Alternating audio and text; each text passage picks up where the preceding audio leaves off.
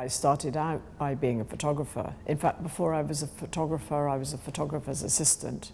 When I left school, I didn't go to university. I went straight into getting a job, working for a photographer, a commercial photographer, who did a lot of still life advertising work. So I assisted him for about a year. But during that time, he was very generous and let me use his studio. So I was taking photographs, large format photographs in 5x4 and sometimes 10x8. So it was a wonderful time. This was around 1979, 1980, pre-digital obviously. And he let me use his studio at the weekend. So I'd bring my friends in and photograph them and experimented with ideas of still photographs. But very quickly I became not dissatisfied exactly, but I felt like I wanted my photographs to move. I was very interested in story and character, and a still photograph was not enough for me. And at that time, Derek Jarman was very much making his films, and I was a big fan of his work, particularly his Super 8 work, and I wanted to work for him. I mean, I wanted to go and work on one of his films to see what it was like. And at that point, he was preparing Caravaggio, even though it was 1980 and he didn't get to make it until 1984. He was starting to prepare it. So I saw him in a cafe one day and asked him if I could come and work on Caravaggio when he made it. And he said, no, in a way. But what he said is he wanted to encourage me in my own filmmaking and my own work. So it was a very generous thing that he did. And he said, come and see me in my studio, which was in Charing Cross Road in Soho in London, and bring your work with you. Because I said I'd done paintings and drawings and photographs. And so I took my portfolio to show him. And at the same time, I'd met an artist who had asked me to make a film of his work, of an exhibition he was having. And I'd never filmed anything before, not even on Super 8. And Derek said, well, I'll introduce you to a friend of mine, and you can use my Super 8 camera. So I borrowed his Nitso camera, and he introduced me to Julian Sands, who's an actor, and he worked with me to make this short film, which then became my entry film into the film school, into the National Film School. A very unusual film to have to show the film school, because there was no story. It was very abstract, and this artist was making kinetic sculpture. Well, having brought up Derek Jarman, I think I had the idea that I would be able to make films like his, or in the way that he made them, which was a very anti-industrial way. It was a very handmade way, often working with friends. And I think I had the idea that at film school I'd be encouraged to make films in this way. And I found that it wasn't like that. And they were very commercially minded and very much about the end product. And that, I don't think ultimately that suited me, because I wanted to experiment. I didn't know what kind of films I wanted to make at that point. I was young when I went to film school compared to some of my the other students. I think I was 21, and I remember there was a student in my year who was 40, which seemed really old. And so I was very much still forming my ideas, but the film school, immediately you had to start thinking almost immediately about your graduation film, and I had no idea what I was going to do. And Tilda at the time was in the Royal Shakespeare Company, which she wasn't enjoying at all, and she was preparing to play Isabella in Measure for Measure. So I thought I'll take that experience she's having with Measure for Measure and make that the film. So it's sort of a backstage film about an actress rehearsing.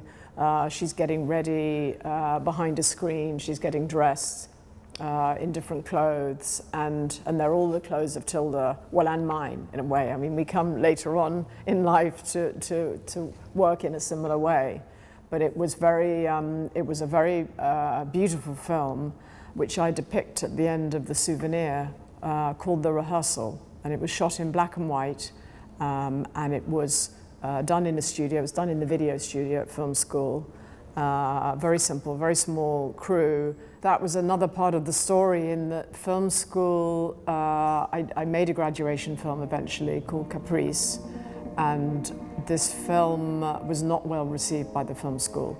They didn't understand what I was trying to do. They didn't understand that it was possible to have a contradiction within a film, that I could make a film about the problem of the pressures on a young woman of their image and magazines trying to make you look a certain way and be a certain way, but at the same time be in love in a way with the fashion world and well, be seduced by it. We're all one big family here, you know. Well, that's what's so confusing, Edwina. I don't find this a very friendly place at all. I used to think Caprice was about how to be a full person, but no one here seems very secure about anything. Well, I think that's a great pity if you feel that, my dear.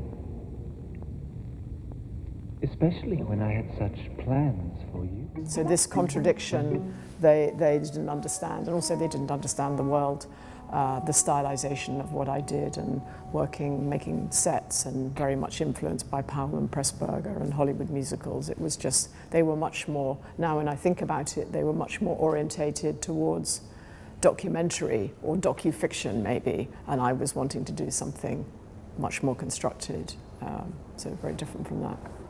It was made in a very handmade way, and I found a production designer who wasn't at film school, because usually most students take their crew from the other students, and I wanted some other energy because I found the film school quite stifling. So I found a wonderful production designer who was working in opera, hadn't worked in cinema before, because I knew I wanted a very theatrical look for Caprice.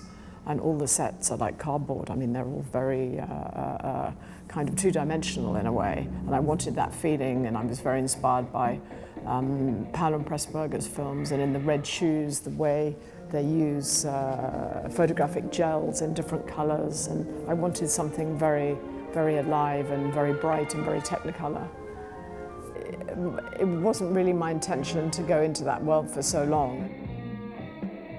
The film school, so I made Caprice. They let me make it eventually because I needed their money, because the budget for the film came directly from the film school. And at first they didn't want me to make it. Anyway, I feel like I repeat everything that happens in the souvenirs, but in a sense, because it's so much a sort of partially a mirror for my life. Actually, what am I doing with this? Just kind of. You okay? Yep. Well, I mean, it's not in shot.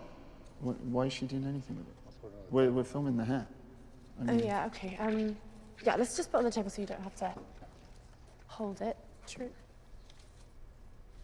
So okay, I'm let's not bring this round. It's a bit more profiling. Sorry? Can't pull it any further around. Sorry. They didn't like the film. They didn't understand it. And I then, having kept my confidence and kept my resolve to make the film, and then I made it, afterwards I experienced a loss of confidence. And I thought, okay, I'm having all this criticism, you know, on some level, this is all pretty unconscious, I guess. You know, they don't know what, they don't understand what I'm doing. Maybe I don't understand what I'm doing. Maybe I don't know what I'm doing. So I need to go to another film school. And the other film school happened to be television. And I thought, well, maybe the TV film school would be just for a year. But then I kept getting more jobs, you know, more commissions to make other TV or series, TV programs. It was all drama, but it was often a few episodes out of a long-running series. So I went into this completely industrial way of working, the complete opposite to what Derek Jarman was doing and what I fell in love with in the first place, and found that I couldn't, because I kept being offered more work, and it was, you know, well paid. I couldn't turn it down. So, I mean, shockingly, 12 years passed, and then, you know, then eventually I made Unrelated. So it's quite hard for me to be at peace with that. But you're right. I don't think ultimately it was wasted time. I learned how to shoot fast. So if I'm in a situation where I've got half an hour at the end of the day to make a scene, I can do it. So there's something about the sort of nuts and bolts that I got. But what I didn't get from that was experiencing my own cinema, experimenting with my own ideas and exploring my own ideas and working with the crew in another kind of way where it's not all sort of, you know, minute by minute, and you've got to be fast and you've got to get everything finished and everything very compromised.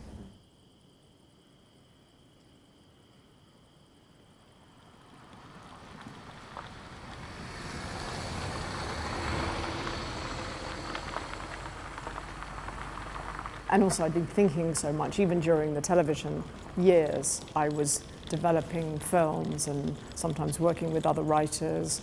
I wasn't doing so much writing myself. That really was the beginning of Unrelated, that I started writing. I started discovering that need in a way to write my own material.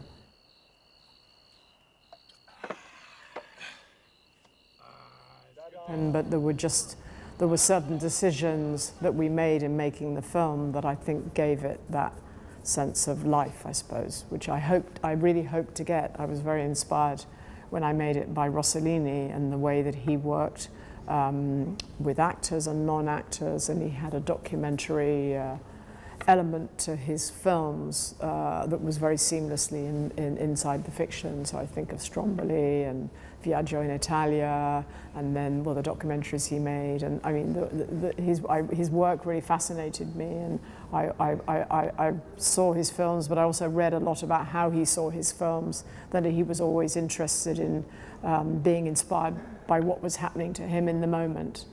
Anna, this is Archie. This is Anna, Archie, hi. an old friend of mine from London. And, you know, Archie, I mean, look at him. He's shot off about another 10 inches probably since the last time you saw him. That idea, not idea, but that way of working was kind of exactly chimed with what I wanted to do. I felt when I made Unrelated, I was making a film about something that in that very moment was a concern for me. And I think that's been the case for all the films since. And then it was the decision to shoot in story order, because I think that gives the impetus, that gives the atmosphere so much, because everybody is experiencing the story kind of almost in real time. And so and I've kept that way of working for all the other films. Do you want another glass, darling? Yeah? What are you drinking? I don't know. I think I might go to bed for you, actually. Oh, the night is We'll do another round. Is she enjoying herself? Yeah. I think it's good for him to have a bit of time. And then I cast as Anna, as the main character, someone who had acted in the past but had given up, and so had sort of shed all her kind of ways of performing, which I didn't want. You know, I said I want you to be, you know, I want you to bring a lot of yourself to the role, which is quite a thing to ask somebody, actually. And it turned out that she had more in common with that character than I anticipated at the beginning of the shoot, because many things happened during the shoot, because the story was moving in the sort of the right direction. It meant, and this was something I was discovering as I was going along, that I could change, you know, I could observe something happening during the shoot or an interaction between two members of the cast and think, okay, I'm going to build a story around that, or I'm going to push the story in a certain direction. So it just gives me a lot of freedom. And so, yeah, and then I'm drawing on a lot of what's happening in front of me. After I made Unrelated, I wrote Eternal Daughter with the intention that I was going to make it as my next film, as my second film. And so the sort of preparation for that led, well, my decision not to make The Eternal Daughter at that point in time led me to rethink the next film and how I could express family dynamics in a different way to how I wanted to do in The Eternal Daughter, because what put me off making that film at that point in time was that it was just too closely related to my mother and myself, and I felt guilty. I felt that it was I felt it felt wrong to do at that point in time, and I didn't want to upset my mother really. But to say a bit about how I write, with all the films, I've written in a very similar way. So I start off writing in notebooks. I love to write in notebooks, and in fact, I never really want the notebook stage to end. I don't want to put it into print or type it out. But so I go through, I don't know, maybe 10 notebooks before I get to the point where it's ready and has some structure that can go into a document. But then the document it goes into is not a conventional looking screenplay. It's more of a short novella. It's more of a novella or a piece of prose. And I'm not trying to describe every scene and what it looks like. It's more I'm describing every scene, but what it feels like and how the characters are existing or behaving. So there's a lot. For me, it's a more psychological document or something. It's more how I'm feeling the story than you know, exterior, day, Pompidou Centre or whatever. So it's it has. I wanted it to be a readable document, not just for myself, but for other people who see it. Then they can sort of really get a sense of the story, and not this sort of rather dry document that I find conventional screenplays are. So it's about 30 pages long, and then that then commences the film. And I think the more films I make in that way, the more I can protect that way of working. I mean, maybe one day I'll write something in a different way, but it's possible.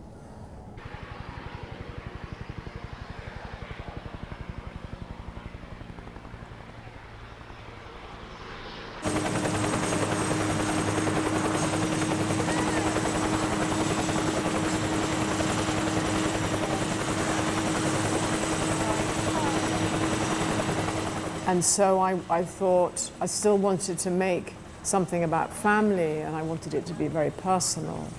But the family in Archipelago are really a sort of creation, a fictional creation that's not really mirroring my own family, but has some of the dynamics that occurred. So I still see it as a very personal film, but I just wanted to explain that it came out of The Eternal Daughter. And this very intense relationship between a mother and daughter. So I mean, I can't remember exactly what my thought process was at the time, but and then I was very interested. I'd observed, not in my own family, but in other situations, this awkwardness of somebody working for somebody else, but there being a very grey area about are they an employee or are they becoming part of the family, you know, how to treat them. And I just find that, I still find that really fascinating. Thank you, darling. What's just said? Caring about people's feelings. Right. Clearing the table.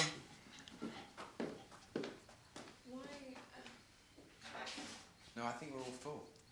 Okay. Yeah. I could have done that. That's... No problem. It's actually getting quite embarrassing now. I feel sorry for her. So what do I do now? Well, we can both do it together. You're right.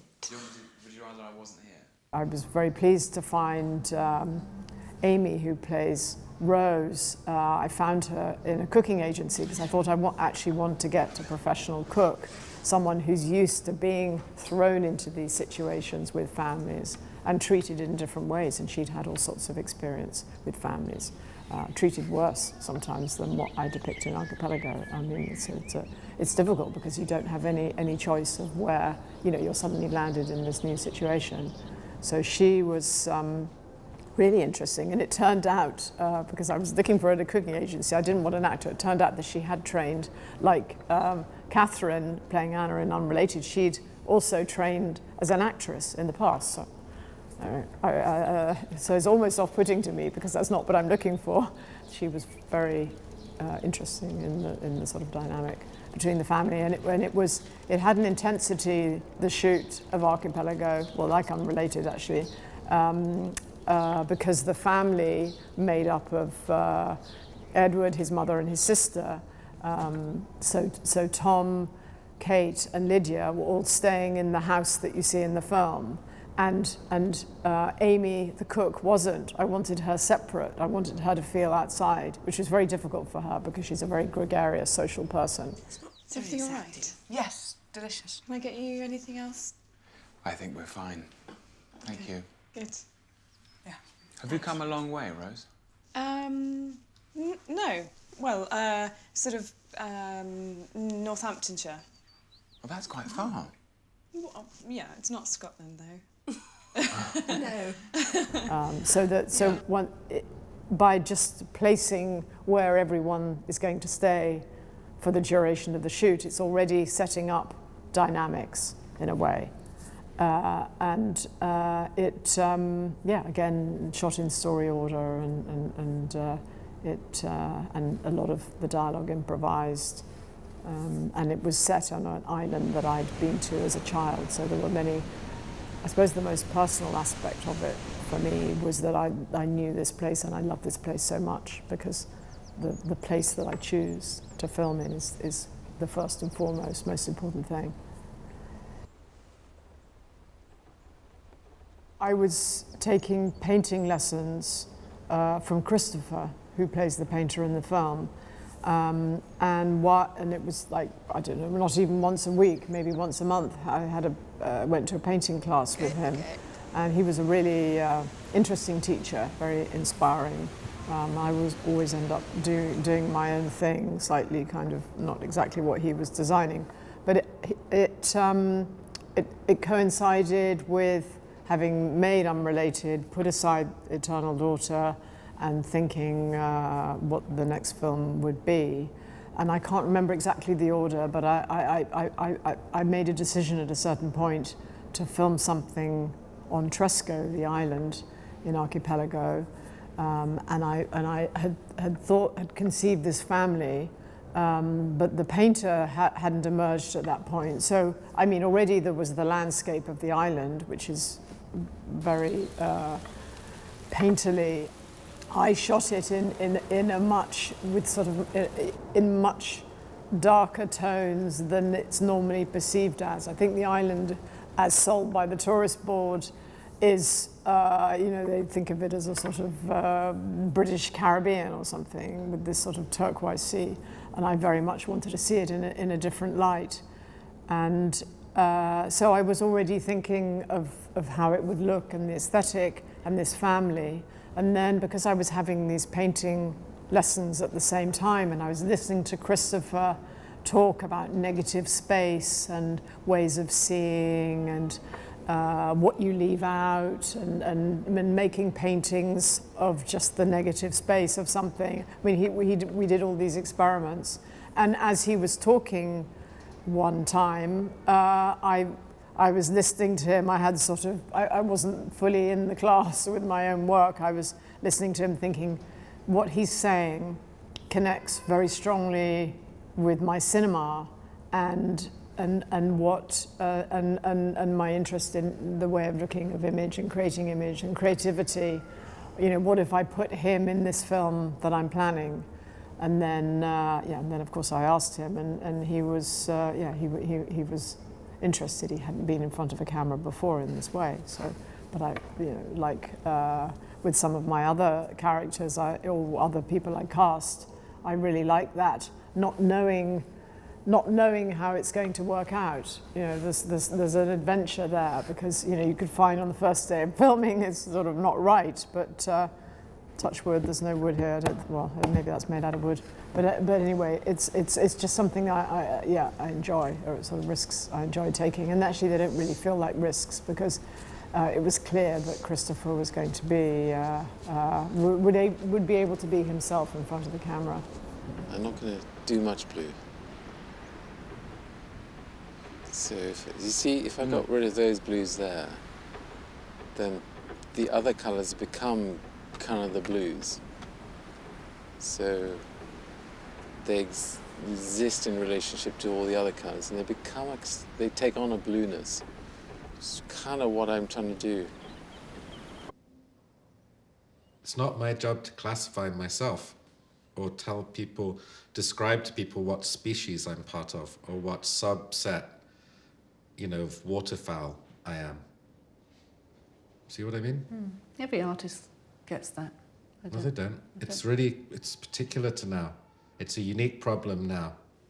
It's not an old problem. It is. Every artist, every musician always gets asked, you know, where do you fit in? Define yourself. I don't know why you're making such a fuss about it. Sounds like you're on her side. Well, it was, I mean, I'd known the house already, so I knew the house very well because I knew the architect and his wife, James Melvin, and his wife Elsa, who lived there and built the house for themselves. They built the house in 1969 after their children had grown up, so it was very much built for this couple, this couple getting older, and, you know, that would be their sort of final house in a way. And I always loved going to the house because it had a real warmth to it, and I was just fascinated by the shape of it. It's almost a square, and the spiral in the middle of it, or at one part of it, and just the before the space is people, just sort of the space itself being an inspiration, and then. Since making Unrelated, I'd always thought I'd really like to see the relationship between Anna and Alex, the husband who we never see. At that point, after Unrelated, you know, when I was thinking what I was going to do next, I thought, well, I could make this film about a married couple, but it felt too close to home. And I mean, yes, I seem to come up with ideas and then move on to other ideas. Quite often, but anyway, I had this desire to make a film just about a married couple and for it to be quite stripped clear of everything else. And this house seemed to be the perfect container for this. And then writing this story, I'm not sure how experimental it felt doing it. Of course, we were experimenting. I feel like I'm experimenting with each film, but I think there was a conscious decision at one point, more in the editing than in the writing, possibly, of it being less linear. I think sometimes I get tired of a sort of linearity, which comes very naturally to me. So I sort of force myself to play around with that and break it up more and do something that works more on almost a dream level, or a sort of some kind of other floating level of reality. And my influences, in fact, for that film were many, of course, but Louise Bourgeois comes to mind, and her work of the femme maison, of the woman as a house, really inspired me for exhibition.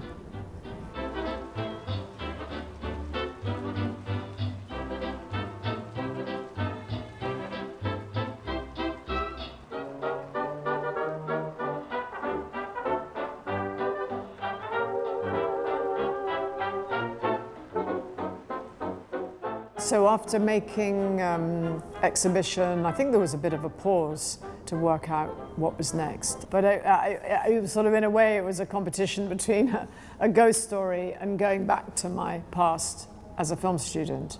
And I decided on the latter and conceived the film as two parts. I always saw it as one story, but in two pieces. So it was never an afterthought, the second part. And in fact, I wanted to shoot them together, and I wrote them together. Then I wasn't able to shoot them at the same time.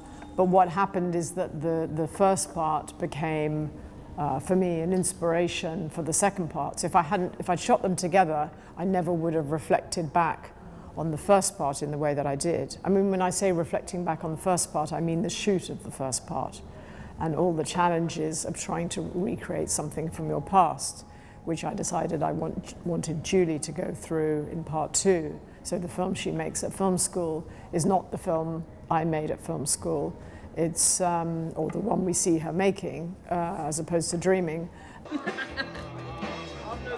He had this fear of losing her. And this overwhelming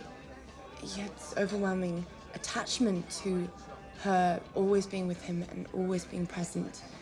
And I found that really interesting because I kind of linked that with his mother city of Sunderland, being, dying and decaying and rotting, and then at the end of the film there would ultimately be the death of his mother.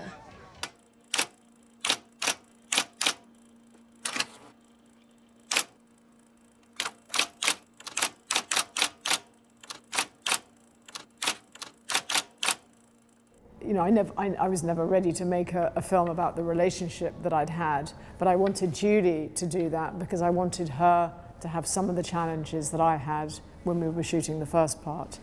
And then having written the second part at the same time as the first part, I decided I'm not going to look back at my document for the second part. I'll rework it in relation to the shoot of the first part. Well, it's interesting because I think that Anthony helps her in many ways. So I think, I mean, there are points obviously where it doesn't help what he does to her, but on the whole, he wants the best for her. And yeah, maybe I failed in expressing that fully in the film, but I feel, and when I look back on my own relationship, yes, I feel that it actually he's giving her lots of clues, and it's sort of tough love sometimes. But you know, what he tells her about looking at her own life, I mean, you know, he has a point there in a way. I mean, I was furious at the time when I was put off making the film that I was planning to do, like Julie, in the northeast of England. I think, yes, it pushed me towards something, and it certainly led me to make the films that I made at film school. And then, yeah, I think for Julie, he wants the best for her, but he's out of control himself, self-destructive, exactly. So he, you know, ultimately she's having to hold him in a way which he can't do, and so it's a very heavy responsibility. But I don't feel that consciously that's what he wants for her. Well, it was my intention to do that. I mean, what I had fun with was remaking my graduation film, and but adding an important element that was Anthony and Julie's relationship with Anthony. So I would have liked to have done that as a student. I'd like to have had the sort of foresight to incorporate. I would have liked to have been that sophisticated, but I couldn't reflect back on that relationship yet at that point in time. But I wanted Julie to, so I had a lot of fun. Sort of vicarious pleasure in a way of putting her into situations that I hadn't been in myself. I mean, it seems so obvious to me to have cast Honor. Now I know her better, but yes, unfortunately the idea didn't occur till really late in the process of finding actors. And the first person that I cast was Tom Burke, who plays Anthony. And that was right in a way when I look back, because he needed time to prepare his character, because his character seems to know where he's going and has this manipulative side, which is really brought on by the drugs he's taking. He needed to work out a plan and know his environment and how he operated, and think about his voice and his whole way of being. So Tom is a wonderful actor, and he loves getting very deeply into a character. So he did quite a lot of research, and we met many times, and I gave him, played him voice recordings, and showed him photographs, and gave him books to read, and he found his own things to read, and so he really went very deeply into that character, in an incredible way. I think in a way that he possibly felt he could get lost in at a certain point, because this character is there's so much darkness there in a way. But that Honor, I only cast at the last moment, even after I'd cast Tilda. Even after I'd cast Tilda, not realizing that her daughter would play Julie. So that came about through Tilda, obviously, but by chance, really. I think Tilda and I thought about Honor at a certain moment, because I was casting around everywhere, because I couldn't find the right person, the right young woman. And then Honor and I had a conversation. It just happened that she was coming back from London. I was in Scotland with Tilda, and I was about to go back to London. So we were sort of crossing each other at the train station, and we had a conversation at the train station. Still didn't have a thought of her playing Julie, but she said some things that reminded me of when I was her age.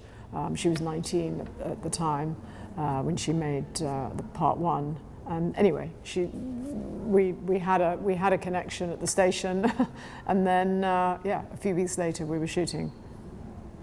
She wasn't given any script. She wasn't given anything to written. All she had was my experience, not even my full story actually, but some of my experience as a young photographer, filmmaker, wanting to go to film school. So she had a sort of context, but didn't know what the story was going to be. So unlike Tom, who knew what the story was, Anna didn't. So she very bravely, but I think she found it exciting, you know, started on day one, meets Anthony at the party in her flat. That's pretty much the first thing we shot. So we started right at the beginning of the story. If you can get hold of a camera like that, fair enough, do you I think you're doing all right, aren't you? Yeah, she's having a go, isn't she? Just yeah, she's having a go, but there's other people having a go who can't get that camera, you know what I mean? So I mean, I don't remember exactly when, but I was certainly thinking about it after making part 2. And it was, I still had that document that I'd written in 2008 knocking around. Although I didn't reread it actually, but Tilda and I had been talking about Eternal Daughter because I told her about this story that I wanted to make, and she really liked the sound of it, and she was going to play Julie. Well, she wasn't called Julie at that point, but she was going to play the daughter. And then I gave her the old document to read, even though I wasn't reading it myself. And she was really interested and you know, really wanted to do something with it. And then it was a question of finding who was going to play the mother, which was a whole, well, it wasn't a search in real terms because I never got to meet anyone else for the role of Rosalind, but Tilda and I had a conversation in 2020, was really when the film was, when I was writing it or rewriting it. And then Tilda and I one day had a conversation, and she just very spontaneously said, what if I play both parts? Mum, we're here. We've arrived. And it made complete sense. Except a moment later, I thought, well, how can we, how can I shoot in story order, and how can she improvise with herself? So all of that seemed impossible, but we found a way of making that work. So the process I had for the other films is the same. But it was a question of finding a way of shooting Julie and Rosalind very simply and not seeing them in the same frame. You only see them in the same frame twice, once in a reflection and once at the birthday dinner. You choose something lovely and I'll enjoy watching you eat it. No, well, I'm not that hungry. But you just said you were starving. Well, I'm not going to sit eating if you're not going to have anything. So, and I wasn't sure how that would work if you just, you know, because most films that have doubles in them, like Cronenberg's Dead Ringers, you know, you see Jeremy Irons a lot in the same frame with split screen and other effects. And I didn't want any special effects or any tricks, partly because I don't feel at home with effects, and then it denies me half of the reality that you've got in front of you, and it's just sort of not interesting to me. You know, it's a lot of work on computers, and yeah, it was a challenge to work that out, and then see how you perceive of the characters when they're split up like that. But I saw them very much as portraits, two portraits.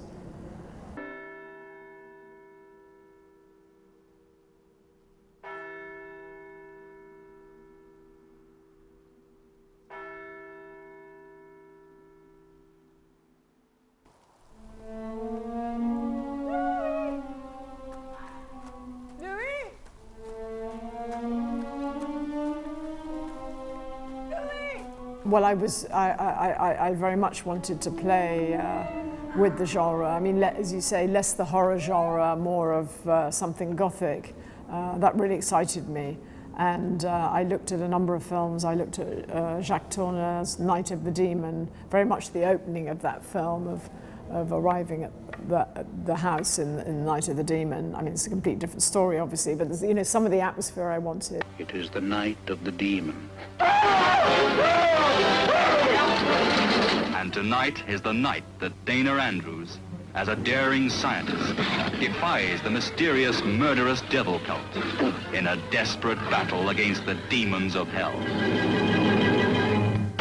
And in fact, I even thought at one point of shooting Eternal Daughter in black and white, because the house, the first time I saw the house was on the internet, and it was a black and white photograph shot in 1974, and the architecture looked so amazing in black and white, so it was very seductive, but then decided not to, because I wanted it to feel more contemporary, but then to really reduce the palette, so it almost is a version of black and white, but it's sort of greens and dark blues and a bit of red. So yes, just sort of, I always like kind of reducing the sort of color palette.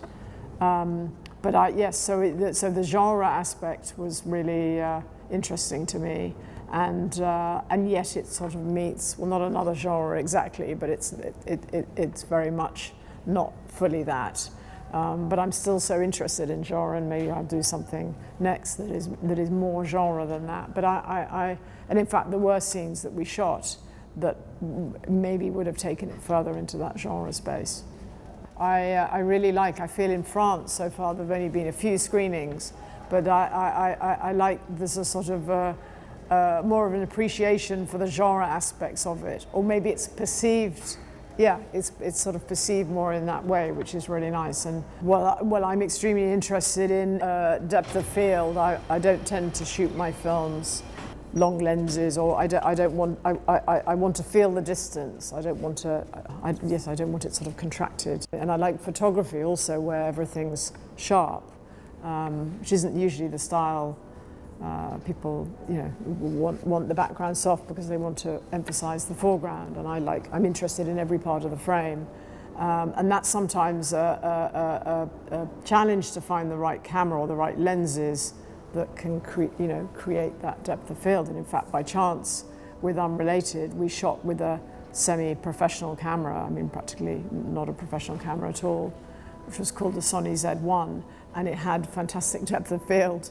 But it was a very cheap camera, but I really liked that, and so we embraced that depth of field, and I think that actually the camera that we chose led to the aesthetic in many ways, because it worked best when you had a wide frame and you had a number of characters in the frame, and I mean, it worked in close-up too, but it was just kind of in its element with these wider shots. And then with Archipelago, we had a step up in terms of the kind of camera. I think we had I can't remember what the Panasonic was, but it was a little bit better quality, but it's still, we looked for something with that depth of field. And I think beyond that, it's hard to explain why, but yes, I'm interested. I mean, with Unrelated, I was thinking of Hollywood musicals, funnily enough, and the way that, I don't know, a musical with Fred Astaire dancing, you'll see him full figure, and I really I'm so interested in body language. I want to see the characters fully in the frame from head to toe, and so that, and then just in terms of the arrangement of the figures in the space is interesting to me. I mean, so I have a production designer, Stéphane Collange, who I've worked with since Unrelated. He's been an amazingly necessary collaborator of mine. And for example, when we made Unrelated, he actually did costume and the design, which was always really nice that he did both. But it was possible for that film, but by the time we got to the Souvenir, then he had to sacrifice the job of costume designer to Grace Schnell, who's now one of the family. She's amazing. But Stéphane is one of the first people I talk to when I come up with an idea. In fact, I have a very sketchy idea of what my next film will be, but I'm already talking to Stéphane about it because it's just so nice to share the ideas and start sort of building the work together. And he, with Eternal Daughter, it was he and I that first went to visit the house, because it was in 2020 when none of us could really move around. And at the first opportunity, we'd already decided that we liked the house from photographs that we found on the internet, but she hadn't been to it in person. And so we went together, and then together we walked around the house, and then we discovered the marquee at the back of the house where they do wedding venues, and that almost put us off, but then we realized it was a kind of gift as well.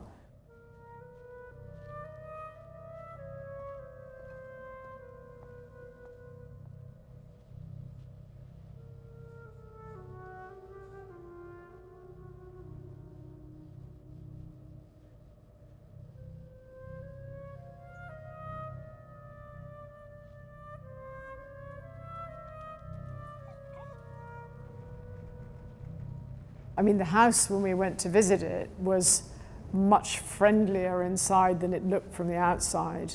And the first thing Stefan wanted to do, that we needed to do, was to make it much darker, much more scary inside. So he created some architecture, for example, where the receptionists, where the keys are placed, that he designed that. It's actually based on the shape of the house, but it's a really beautiful piece that he put in there, which actually the hotel or the wedding venue still keep now, because it fits so well into the house. But he added all these details and just darkened the palette of the place a lot. And then the bedroom where Rosalind and Julie sleep, we kept the wallpaper in the room. That was already there, that toile de joie. And it, in fact, is not made of paper, it's material. So we kept that because that just seemed so perfect, because it seemed like the wallpaper was also telling stories. And then the beds, yes, all the furniture was bought in. But then, you know, he's doing so much more than that. But in a way different. He was treating the world differently to, say, the Souvenirs, because in the Souvenirs he's creating the apartment from scratch and all the different sets, so that was a huge work for him. But he's amazing. I mean, he's so versatile, and yeah, I worry about singing his praises too much because I want to keep him for myself.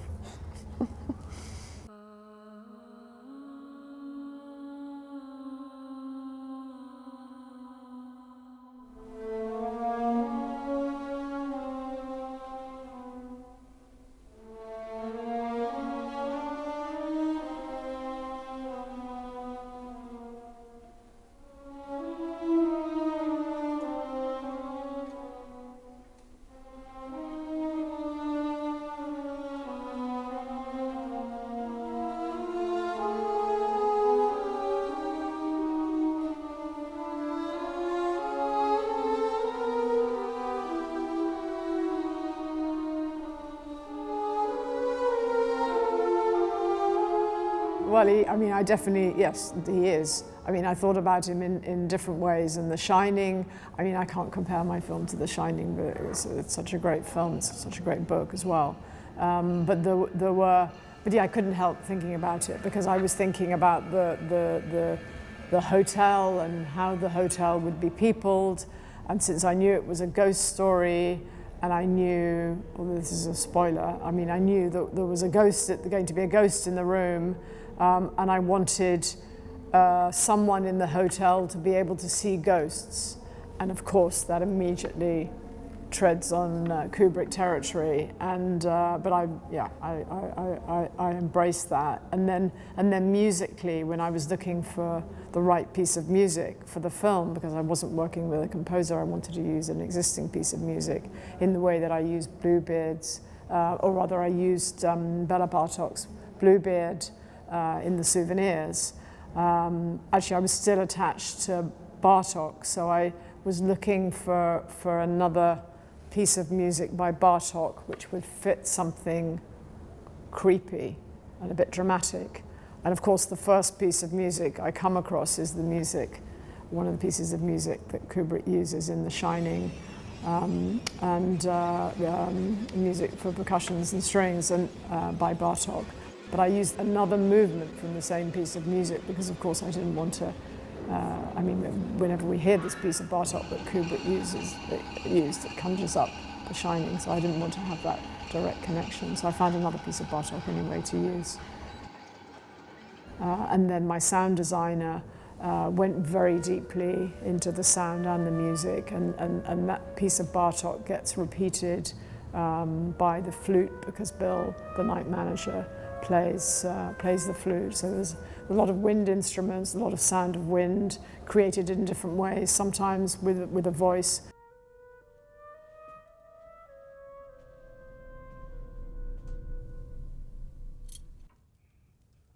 You might have heard me playing the flute. Something that I picked up shortly after she died.